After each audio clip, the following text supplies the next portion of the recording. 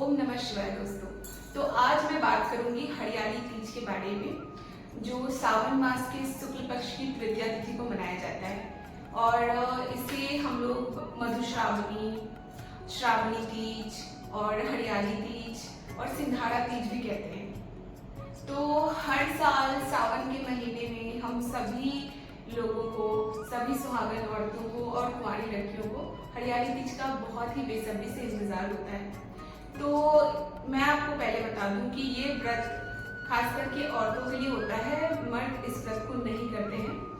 कुंवारी लड़कियां भी जिनकी सगाई हो चुकी है या शादी होने वाली है या फिर मनचाहे वर की प्राप्ति के लिए वो ये व्रत कर सकती हैं। तो इस साल कोई भी नया व्रत उठा सकता है 2025 में। तो जो कोई भी ये व्रत उठाना चाहते हैं पहली बार, तो आप लोग इस व्रत को कर सकते हैं। सुहागिन औरतें अपने पति की लंबी आयु के लिए, संतान प्राप्ति के लिए और अपने घर परिवार की खुशियों के लिए माता गौरी की पूजा करती हैं, शिव परिवार की पूजा करती हैं। तो इस व्रत में विशेषकर शिव परिवार की ही पूजा की जाती है और काली मिट्टी से गौर बनाने का विशेष विधान है। तो जो कोई भी ये व्रत करे तो काली मिट्टी से गौर जरूर बनाए और शिव जी के साथ पूजा करें। तो इस व्रत में सबसे जो ज्यादा महत्व होता है वो होता है हरे रंग का। तो सबसे पहले आप लोग हरे रंग का वस्त्र पहने, हरे हरी चूड़ियां पहने और माता गौरी को भी हरी हरी चीजों का भोग लगाएं और 16 श्रृंगार चढ़ाएं। तो मैं आपको बताती हूँ कि ये पूजा कैसे करते हैं। तो हरियाली तीज के दिन सबसे पहले सुबह सुबह आप लोग उठ जाइए, उठ के नहा लीजिए, नहा धो के उसके बाद आप लोग पूजा का संकल्प ले लीजिए। तो संकल्प लेने के लिए सबसे पहले आप लोग एक सुबह आप पान का पत्ता लीजिए, उसके ऊपर अक्षत, सुपारी, फूल रख के आप माता गौरी और गणेश जी का ध्यान करते हुए ये प्रार्थना कीजिए कि आज मैं हरियाली तीज का व्रत कर रही हूँ। हे माता गौरी, हे गणपति जी, मेरे इस व्रत को निर्विघ्न संपन्न कीजिएगा। तो इस व्रत को कई लोग निर्जला भी करते हैं और कई लोग इसे त्योहार के तौर पे, उत्सव के तौर पे मनाते हैं, तो वो फलाहारी भी करते हैं। तो तीज का जो व्रत होता है ये विशेष रूप से निर्जला व्रत होता है, क्योंकि माता गौरी ने शिव जी को पाने के लिए इस व्रत को निर्जला रहकर किया था। और कहने में ये भी आता है कि बेलपत्री का सेवन करके माता ने शिव जी को मनाया था। तो अगर हमारी माता ये करती हैं और ये हम लोगों के लिए ये विधान बताया गया है, तो हमें भी माता का अनुसरण करके व्रत को उसी प्रकार से करना चाहिए। तो अब ये पूजा जो है आप सुबह के समय भी कर सकते हैं और शाम के समय भी कर सकते हैं। वैसे तो चारों प्रहर की पूजा का विशेष महत्व होता है। तो पूजा को सुबह कर सकते हैं और शाम को भी कर सकते हैं। तो सबसे पहले आप एक चौक बना लीजिए। चावल को पीस के या चावल के आटे से उसमें हल्दी मिलाकर अच्छे से चौक पूर लीजिए, इसको चौक पूरना कहते हैं। उस पे आप एक साफ आसन बिछाइए, उसके ऊपर हरे रंग का कपड़ा बिछाइए। हरे रंग का कपड़ा विशेष महत्व रखता है। अगर हरे रंग का न हो तो आप लाल रंग का भी कर सकते हैं।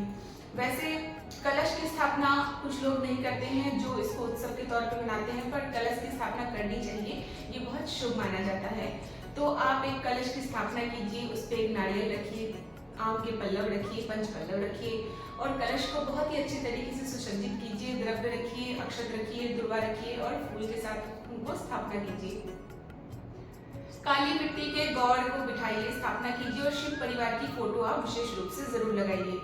अगर आपके घर में शिवलिंग नहीं है तो शिव पार्वती दोनों की आप छोटे छोटे जो है मिट्टी के पार्थिव बना सकती हैं। और आप चाहे तो मिट्टी के ही गणपति भी बना सकते हैं या सुपारी में कलेवा लपेट के आप वो भी बना सकते हैं।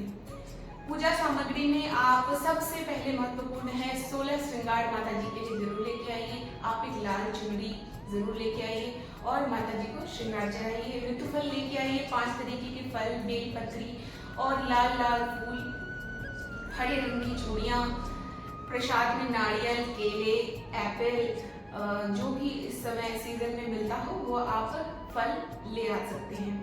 और हरतालिका तीज हो या हरियाली तीज हो तो फुलेरा का बहुत महत्व होता है। जो हम आसन बिछाते हैं उसके ऊपर एक फूल की हम झालर लगाते हैं कहते हैं। तो वो फुलेरे के दर्शन, उनको छूना, उनको झुलाना बहुत ही शुभ माना जाता है। तो आप फुलेरा जरूर लगाएं। आप अपने आसन को बहुत ही सुंदर तरीके से सुसज्जित करें, उस पर माता की स्थापना करें, उनको अक्षत पंचामृत फूल माला से फूल चढ़ा करके, पंचफल चढ़ा करके, श्रृंगार चढ़ा करके, वस्त्र चढ़ा करके उनकी अच्छे से पूजा एवं आरती करें और आप हरियाली तीज की व्रत कथा भी जरूर सुने। आज के दिन दान का विशेष महत्व माना जाता है, तो आप लोग दान कीजिए। कहा जाता है कि आज के दिन जिस चीज का दान करते हैं वो बहुत ही बढ़ता है, तो आप लोग सुहाग की सामग्री का सुहागन औरतों को जरूर से दान कीजिए, ये आप लोगों का बहुत बढ़ेगा। बड़े बुजुर्गों का आशीर्वाद लीजिए। आज के दिन किसी से लड़ना झगड़ना बिल्कुल नहीं करना चाहिए। दोनों हाथों में भर भर कर आप मेहंदी लगाइए, पाँव में मेहंदी लगाइए, आलता लगाइए, भर भर के आप हरी हरी चूड़ियाँ पहनिए और पूरे दिन निर्जला व्रत रहिए या तो फलाहारी व्रत रहिए। झूला झूलने का आज के दिन विशेष महत्व होता है, तो आप सभी सखियों सहेलियों के साथ गीत गाइए, झूला झूलिए और पूरे दिन शिव जी का और माता पार्वती का मन ही मन नाम लीजिए, जाप कीजिए। तो अगर आप लोगों को मेरी वीडियो अच्छी लगी हो तो प्लीज इसको लाइक सब्सक्राइब करते जाइएगा और आगे मैं आप लोगों के साथ पूजा की संपूर्ण विधि भी शेयर करूंगी, तो आगे के लिए बने रहिएगा मेरे इस चैनल पे। तब तक के लिए ओम नमः।